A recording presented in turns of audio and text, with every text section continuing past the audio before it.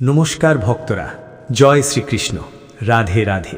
ভক্তরা, একাদশী ব্রত পালন অত্যন্ত পুণ্যদায়ক এবং আধ্যাত্মিক উন্নতির সোপান হিসাবে বিবেচিত।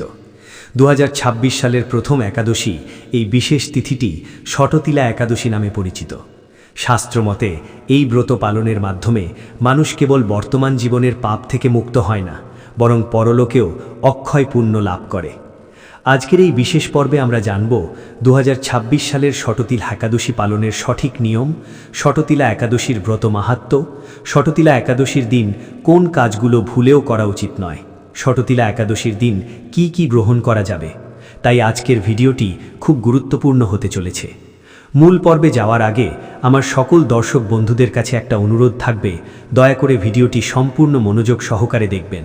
যদি ভালো লাগে তাহলে অবশ্যই একটা লাইক করবেন আর কমেন্টে ভক্তি ভরে লিখবেন জয় শ্রীকৃষ্ণ, রাধে রাধে। আমাদের পরম সত্য চ্যানেলটিকে সাবস্ক্রাইব করে পাশে থাকা বেল বাটনটি অন করে রাখবেন। তো চলুন শুরু করা যাক আজকের আলোচনা। ষটতিলা একাদশী একটি আধ্যাত্মিক পরিচিতি। নামের মধ্যেই এই তিথির বিশেষত্ব লুকিয়ে আছে। ষট শব্দের অর্থ 6 এবং তিলা এসেছে তিল থেকে, অর্থাৎ এই দিনে তিলকে 6টি ভিন্ন উপায়ে ব্যবহার করার বিধান রয়েছে। শাস্ত্রীয় বিশ্বাস অনুযায়ী এই দিনে ভগবান বিষ্ণুর আরাধনায় তিলের ব্যবহার করলে ভক্তের সকল প্রকার শারীরিক, মানসিক এবং আর্থিক কষ্ট দূরীভূত হয়। শীতকালের এই সময়ে তিল ব্যবহারের বৈজ্ঞানিক গুরুত্ব অনস্বীকার্য, কারণ এটি শরীরে উষ্ণতা ও শক্তি প্রদান করে। ষটতিলা একাদশী পালনের কি হয়? ষটতিলা একাদশী ব্রত পালন করলে ভক্ত অসীম পুণ্যের অধিকারী হন। পদ্মপুরাণ এবং অন্যান্য ধর্মীয় গ্রন্থে এই একাদশীর বহুমুখী সুফলের কথা বর্ণিত হয়েছে। 1. পাপ মুক্তি ও শুদ্ধিকরণ। মানুষ জ্ঞাত বা অজ্ঞাত সারে জীবনে অনেক ভুল বা পাপ করে থাকে। শাস্ত্রমতে ভক্তিভরে ষটতিলা একাদশী পালন করলে ব্রহ্মহত্যা বা পরনিন্দার মতো গুরুতর পাপ থেকেও মুক্তি পাওয়া সম্ভব। এটি আত্মার শুদ্ধিকরণ ঘটায়। 2. মোক্ষ লাভ।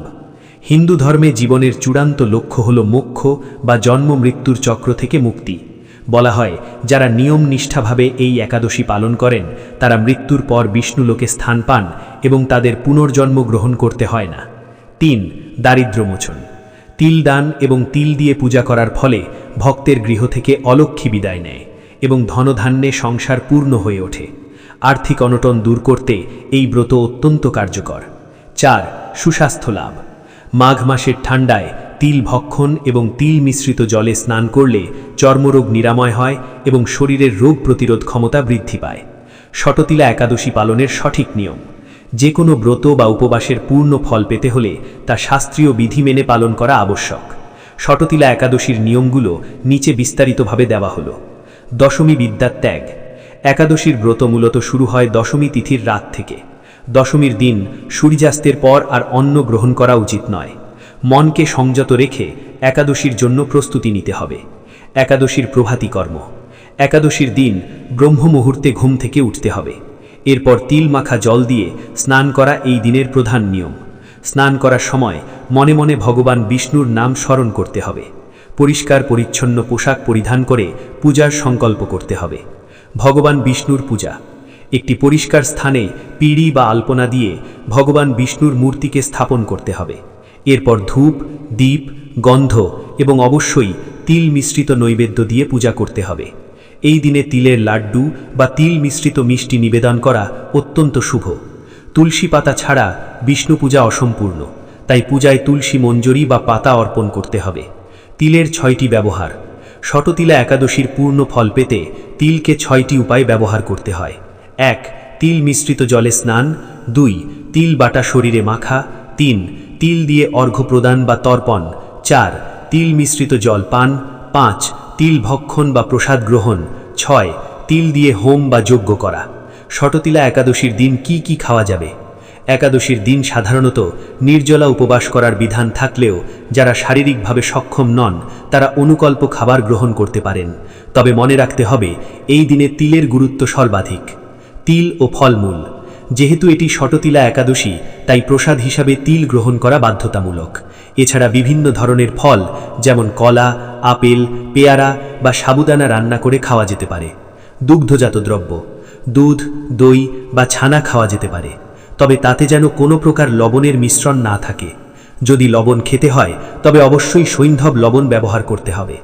জলপান, শরীরকে আর্দ্র রাখতে জল বা ডাবের জল পান করা যায়। তিল মিশ্রিত জল পান করা এই দিনে বিশেষ পুণ্যদায়ক। বর্জিত খাবার, চাল, ডাল, গম, সরিষা বা যে কোনো ধরনের শস্য এই দিনে সম্পূর্ণ নিষিদ্ধ। বিশেষ করে মাঘ মাসে মূলা খাওয়ার নিষেধ থাকে অনেক শাস্ত্রে। একাদশীর দিন সেটিও এড়িয়ে চলা উচিত। শততিলা একাদশীর দিন ভুলেও করবেন না এই 7টি কাজ। ব্রত পালনের সময় কিছু নিষিদ্ধ কাজ এড়িয়ে না চললে উপবাসের ফল পাওয়া যায় না। নিচে সেই 7টি বিশেষ কাজের কথা উল্লেখ করা হলো। 1. অন্ন বা শস্য গ্রহণ। একাদশীর দিন ভুলেও চাল, ডাল বা গম জাতীয় কোনো খাবার খাবেন না। বিশ্বাস করা হয় একাদশীর দিন পাপ পুরুষ অন্ন বা শস্যের মধ্যে অবস্থান করেন, তাই অন্ন গ্রহণ করলে সেই পাপ নিজের দেহে প্রবেশ করে। 2. ক্রোধ ও কটু বাক্য। ব্রত মানে কেবল না খেয়ে থাকা নয়, এটি ইন্দ্রিয় সংযমেরও পরীক্ষা। এই দিনে কারোর সাথে ঝগড়া করা, গালিগালাজ করা বা মিথ্যা কথা বলা উচিত নয়। সর্বদা শান্ত ও নম্র থাকতে হবে। 3. দিনের বেলায় নিদ্রা। একাদশীর দিন দুপুরে বা বিকেলে ঘুমানো শাস্ত্রবিরুদ্ধ। এই সময়টি ভগবান বিষ্ণুর নাম জপ, গীতা পাঠ বা হরিনাম সংকীর্তনে ব্যয় করা উচিত। 4. চুল বা নখ কাটা। একাদশীর দিন ক্ষৌরকর্ম করা অর্থাৎ চুল, নখ বা দাড়ি কামানো নিষিদ্ধ। এমনকি সাবান বা শ্যাম্পু ব্যবহার না করাই শ্রেয়। 5. হিংসা ও পরনিন্দা। কারোর মনে কষ্ট দেওয়া বা কারোর সমালোচনা করা থেকে বিরত থাকতে হবে। অহংকার ত্যাগ করে নিজেকে ঈশ্বরের চরণে সমর্পণ করাই এই ব্রতের মূল উদ্দেশ্য। 6. তামসিক আহার ও নেশা। যারা উপবাস করছেন না বা বাড়িতে অন্য সদস্য আছেন তাদেরও এই দিনে আমিষ আহার যেমন মাছ, মাংস, ডিম এবং পেঁয়াজ রসুন পরিহার করা উচিত। বিড়ি, সিগারেট বা অন্য যে কোনো নেশাদ্রব্য থেকে দূরে থাকতে হবে। 7. গৃহস্থালী কিছু কাজ। একাদশীর দিনে ঝাড়ু দেওয়া বা গাছ থেকে পাতা ছেঁড়া থেকে বিরত থাকার পরামর্শ দেওয়া হয়, যাতে অজান্তে কোনো ক্ষুদ্র প্রাণীর প্রাণহানি না ঘটে। মাঘ মাসের কৃষ্ণপক্ষের একাদশী তিথিকে বলা হয় শততিলা একাদশী তিথি। পবিত্র এই তিথিতে ব্রতের সময় তিলের বহুবিধ ব্যবহার হয় বলে এই ব্রতের নাম শততিলা বা শটশিলা একাদশী। এই একাদশীর মাহাত্ম্য ভবিষ্য পুরাণে বর্ণিত আছে। এই ব্রতের দিনে 6টি ক্ষেত্রে তিলের ব্যবহার বিধেয়। তিল দিয়ে নৈবেদ্য দেওয়া হয়, তিল দিয়ে যজ্ঞ করা হয়, তিল দিয়ে দান করা হয়, তিল দিয়ে স্নান করা হয় এবং তিল দিয়ে তৈরি জিনিসপত্র ভক্ষণ করা হয়। প্রাচীন বিশ্বাস অনুসারে শততিলা একাদশীতে এইভাবে তিল সেবন ভক্তকে মোক্ষ লাভ করতে সহায়তা করে। এর পাশাপাশি এই দিনে তিল দান করলে ভক্তের দারিদ্র্য দূর হয় এবং তিনি ধনী হয়ে ওঠেন। যে একাদশী দেবী তার একনিষ্ঠ ভক্ত বা সাধকের অন্তরে কামাদি ষটগুণকে ক্ষণক্ষণ বা তিলে তিলে সস্নেহে সত্যগুণে পরিণত করেন এবং যিনি চতুর্বর্গ লাভে সহায়ক হন তিনি শ্রী শ্রী শততিলা একাদশী দেবী নামে প্রসিদ্ধি লাভ করেছেন। পুরাণে বর্ণিত আছে একবার শততিলা একাদশী ব্রতের কথা আলোচনা হচ্ছিল পুলস্থ মুনির সঙ্গে দালভ ঋষির। দালভ ঋষির জিজ্ঞাসা ছিল, মর্তলোকের মানুষেরা ব্রহ্ম হত্যা, গো হত্যা, অন্যের সম্পদ হরণ ইত্যাদি আদি পাপ কর্ম দ্বারা নরকে গমন করে। এই নরগতি থেকে রক্ষা পেতে কি করা উচিত, বা এই পাপ থেকে উদ্ধারের কোনো যদি উপায় থাকে তবে তা বলুন। এই প্রশ্নের উত্তরে পুলস্থ মুনি বলেছিলেন যে এই পুণ্যদিনে সূচি, জিতেন্দ্রিয়, কাম, ক্রোধ আদি শূন্য হয়ে স্নানের পর ভগবান বিষ্ণুর পূজা অর্চনা করতে হবে দিনে, আর হোমযজ্ঞ সমাপন করতে হবে রাত জেগে। শততিলা একাদশীর দিন ব্রহ্ম মুহূর্তে ঘুম থেকে উঠে স্নান ইত্যাদির মতো দৈনন্দিন কাজ শেষ করুন। এরপরে বাড়ির পুজোস্থলে গঙ্গাজল ছিটিয়ে একটি কাঠির চৌকিতে একটি হলুদ কাপড় বিছিয়ে তার উপর ভগবান বিষ্ণু এবং শ্রীকৃষ্ণের মূর্তি স্থাপন করুন। তারপর পঞ্চামৃত দিয়ে স্নান করে নিয়ম মেনে ভগবান বিষ্ণুর পুজো করুন। বিষ্ণুকে চন্দন, অগুরু, কর্পূর, ফুল, তুলসী, দুধ, প্রদীপ, জল, ফল, নৈবেদ্য তৈরি করে ভগবানকে নিবেদন করতে হবে। নারকেল অথবা 100 গুবাক বা সুপারি দিয়ে নৈবেদ্য তৈরি করে কৃষ্ণ কৃষ্ণ কৃপালুস্তম গতিনাং গতির্ভব ইত্যাদি মন্ত্রের সাহায্যে অর্ঘ্য প্রদান করতে হবে। শততিলা একাদশীর দিনে তিল সম্পর্কিত অনেক ব্যবস্থা আগেই বলা হয়েছে। এই দিনে পুজোর পর তিল দিয়ে যজ্ঞ করুন। দ্বাদশীর দিন সকালে ঘুম থেকে উঠে নিত্যকর্ম স্নান ইত্যাদি করুন এবং সূর্যদেবকে জল অর্পণ করুন। ভগবান বিষ্ণুকে নৈবেদ্য নিবেদন করুন। এছাড়াও ভগবান বিষ্ণুর উপাসনা করার সময় ওম নমো ভগবতে বাসুদেবায় নম মন্ত্রটি জপ করুন। এরপর ব্রাহ্মণদের খাবার খাওয়ান অথবা সাধ্যমতো অভাবীদের দান করে উপবাস ভঙ্গ করুন। মুনিবর আরও বলেন, ভগবান শ্রীকৃষ্ণ একজন শরণাগত ভক্তের পরীক্ষা নিতে গিয়ে কপিল নামক এক ব্রাহ্মণের রূপ ধরে এক ভক্তকে উপদেশ দিয়েছিলেন ষটতিলা একাদশী ব্রতের। কাহিনীটি হল, পুরাকালে মর্তলোকে ধর্মপ্রাণা এক ব্রাহ্মণী বাস করতেন। পূজা অর্চনা ব্রত আচরণের জন্য ধীরে ধীরে তার শরীর অত্যন্ত ক্ষীণ হয়ে আসছিল। এই ধার্মিক ব্রাহ্মণী অন্যের কাছ থেকে দ্রব্যাদি গ্রহণ করে দেবতা, ব্রাহ্মণ এবং কুমারীদের ভক্তি ভরে দান করত, কিন্তু কখনো ভিক্ষুককে ভিক্ষাদান ও ব্রাহ্মণকে অন্ন দান করেননি। এমনকি যথাযথভাবে বৈষ্ণবদের অর্চনা করলেও তিনি তাদের পরিতৃপ্তির জন্য অন্ন দান করেননি। তাই ভগবান শ্রীকৃষ্ণ একদিন তাকে প্রকৃত শিক্ষা দানের জন্য ভিক্ষুক ব্রাহ্মণের রূপ ধারণ করে তামার পাত্র নিয়ে তার কাছে ভিক্ষা প্রার্থনা করলেন। ব্রাহ্মণী ক্রুদ্ধ হয়ে তাকে অন্ন দান করলেন না, তার পরিবর্তে বাটিতে একটি মাটির ঢেলা দিলেন। ভগবান তাকে শিক্ষা দেওয়ার জন্য তার বাড়ির সমস্ত খাবার মাটিতে পরিণত করেন। ফলস্বরূপ ধীরে ধীরে তার স্বাস্থ্যের অবনতি হতে থাকে। ব্রাহ্মণী কেঁদে প্রার্থনা করলেন, হে জনার্দন, আমি ব্রত, কৃচ্ছ সাধন, উপবাসের মাধ্যমে তোমার আরাধনা করেছি, অথচ এখন আমার গৃহে কিছুই দেখছি না কেন? ভগবান কৃষ্ণ তার স্বপ্নে আবির্ভূত হয়ে তাকে তার ভুলের কথা মনে করিয়ে দিলেন এবং তাকে ষটতিলা একাদশীতে অভাবীদের খাদ্য দান করার পরামর্শ দিলেন। তিনি তাকে ভক্তি সহকারে এই দিনে কঠোর উপবাস পালনের নির্দেশনাও দিয়েছিলেন। ভগবান কৃষ্ণের পরামর্শ অনুসরণ করে ভদ্রমহিলা উদারভাবে দান করেছিলেন এবং ষটতিলা একাদশীর উপবাস করেছিলেন। ফলস্বরূপ তিনি তার সম্পদ, স্বাস্থ্য এবং সুখ ফিরে পেয়েছিলেন। এই কিংবদন্তি অভাবীদের খাদ্য দান করার তাৎপর্য এবং ভক্তি সহকারে ষটতিলা একাদশী পালনের গুরুত্ব তুলে ধরে। ষটতিলা একাদশীর দিন তুলসী পাতা তোলা যাবে কিনা? সনাতন শাস্ত্র এবং বৈষ্ণব শাস্ত্রীয় বিধি অনুযায়ী একাদশীর দিন তুলসী পাতা তোলা বা গাছ থেকে ছেঁড়া কঠোরভাবে নিষিদ্ধ। এর পেছনে গুরুত্বপূর্ণ কিছু কারণ এবং বিকল্প নিয়ম রয়েছে, যা নিচে বিস্তারিতভাবে আলোচনা করা হলো। 1. শাস্ত্রীয় নিষেধাজ্ঞা। হিন্দু ধর্মশাস্ত্র অনুযায়ী তুলসী দেবী স্বয়ং ভগবান বিষ্ণুর অত্যন্ত প্রিয় এবং তিনি একাদশীর দিন নির্জলা উপবাস পালন করেন। এই দিনে তাকে স্পর্শ করা বা তার পাতা ছেঁড়া হলে তার ব্রত ভঙ্গ হয় এবং তিনি কষ্ট পান। তাই ভক্তির খাতিরে একাদশীর দিন তুলসী চয়ন বর্জন করা হয়। 1. আগের দিন পাতা সংগ্রহ।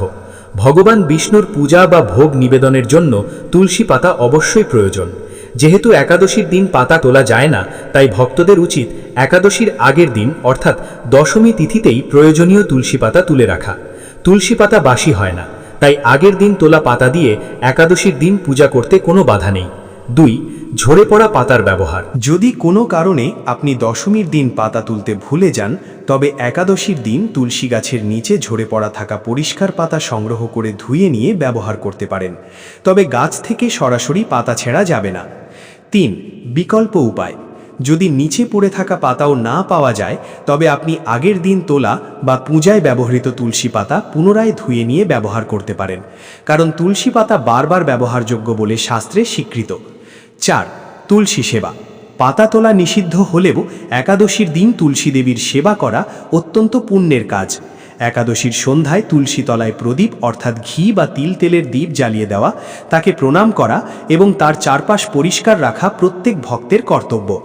তবে একাদশীর দিন অনেক মঠ ও মন্দিরের নিয়ম অনুযায়ী তুলসী গাছে জল অর্পণ করা থেকেও বিরত থাকা হয়, কারণ মনে করা হয় তিনি ওই দিন উপবাসে থাকেন।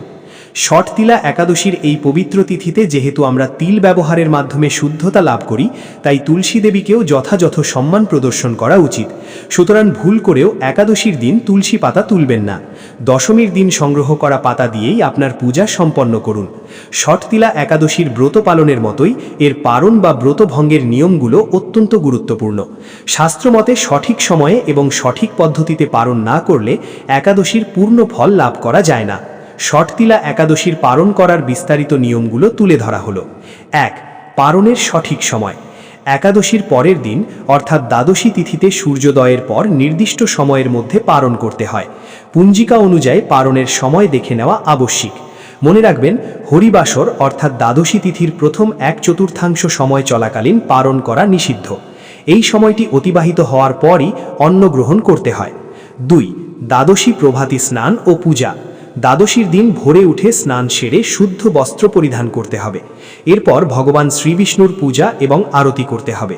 একাদশীর দিন যেমন তুলসী পাতার নিবেদন করেছিলেন, দ্বাদশীর দিনও প্রভুর চরণে তুলসী ও পুষ্প অর্পণ করে ক্ষমা প্রার্থনা করতে হবে, ব্রতের সময় যদি কোনো ভুল হয়ে থাকে তার জন্য। 3. তিল ও অন্নদান। ষটতিলা একাদশীর ক্ষেত্রে দানের মাহাত্ম্য অপরিসীম। পালন করার আগে কোনো শুদ্ধ ব্রাহ্মণকে বা অভাবী ব্যক্তিকে খাদ্যশস্য, তিল এবং সাধ্যমতো দক্ষিণা দান করা উচিত। যেহেতু এটি ষটতিলা একাদশী, তাই এই দিনে তিল দান করা বিশেষ পুণ্যদায়ক বলে বিবেচিত হয়। 4. তুলসী পাদখাদ ও চরণামৃত গ্রহণ। পারণের শুরুতে প্রথমে ভগবান বিষ্ণুর চরণামৃত বা তুলসীপত্র দিয়ে উপবাস ভঙ্গ করা অত্যন্ত শুভ। এতে শরীর ও আত্মা পুনরায় পবিত্র হয়। 5. খাদ্যাভ্যাস। পারণের দিন সাত্ত্বিক আহার গ্রহণ করতে হয়। একাদশীর দিন যেহেতু অন্ন ত্যাগ করা হয়, তাই দ্বাদশীর দিন অন্ন অর্থাৎ ভাত, ডাল ও সবজি দিয়ে পালন করা হয়। তবে খেয়াল রাখবেন, খাবারে যেন পেঁয়াজ, রসুন বা অতিরিক্ত ঝাল মশলা না থাকে। এই দিনটিতেও আমিষ আহার বর্জন করা বাঞ্ছনীয়। 6. একাদশী পারণ মন্ত্র। একাদশ্যাম নিরাহারাহা ব্রতে নানাইব কেশবা প্রসিদ সুমুখনাথ জ্ঞান দৃষ্টি প্রদাভব। অনুবাদ: হে কেশব, আমি আপনার কৃপা দৃষ্টিতে নিরাহারভাবে একাদশী ব্রত পালন করেছি। কৃপাপূর্বক আমার উপর আপনার করুণাময় জ্ঞান দৃষ্টি প্রদান করুন। 7. পঞ্চ মহাপাতক থেকে মুক্তি।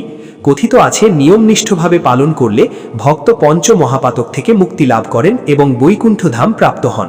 পারণ সম্পন্ন করার পর সারা দিন ভগবানের নাম স্মরণ করতে হবে এবং মনকে শান্ত রাখতে হবে। কোনো প্রকার পরনিন্দা বা ক্রোধে লিপ্ত হওয়া উচিত নয়। পঞ্জিকা অনুসারে ষটতিলা একাদশী তিথির আরম্ভ 13 জানুয়ারি 2026 দুপুর 3:17 থেকে এবং সমাপ্তি 14 জানুয়ারি 2026 সন্ধে 52 মিনিটে। হিন্দু ধর্মে উদয় তিথিকে মান্যতা দেওয়া হয়, তাই ষটতিলা একাদশীর ব্রত 14 জানুয়ারি 2026 বুধবার পালন করা হবে। পারণের সময় থাকছে 15 জানুয়ারি 2026 সূর্যোদয় থেকে 10:29 পূর্বাহ্নের মধ্যে। ষটতিলা একাদশী আমাদের শেখায় যে ত্যাগের মাধ্যমেই প্রকৃত শান্তি অর্জিত হয়। তিলের মতো ক্ষুদ্র বস্তুও যদি ভক্তিভরে অর্পণ করা হয়, তবে ভগবান তা সানন্দে গ্রহণ করেন। এই পবিত্র তিথি আমাদের মন ও শরীরকে পরিশুদ্ধ করে আগামী দিনের জন্য প্রস্তুত করে তোলে। তাহলে অবশ্যই এই প্রতিকারটি চেষ্টা করে দেখো। বন্ধুরা, আজকের ভিডিওর জন্য এইটুকুই। মন্তব্যে রাধে বলতে ভুলো না।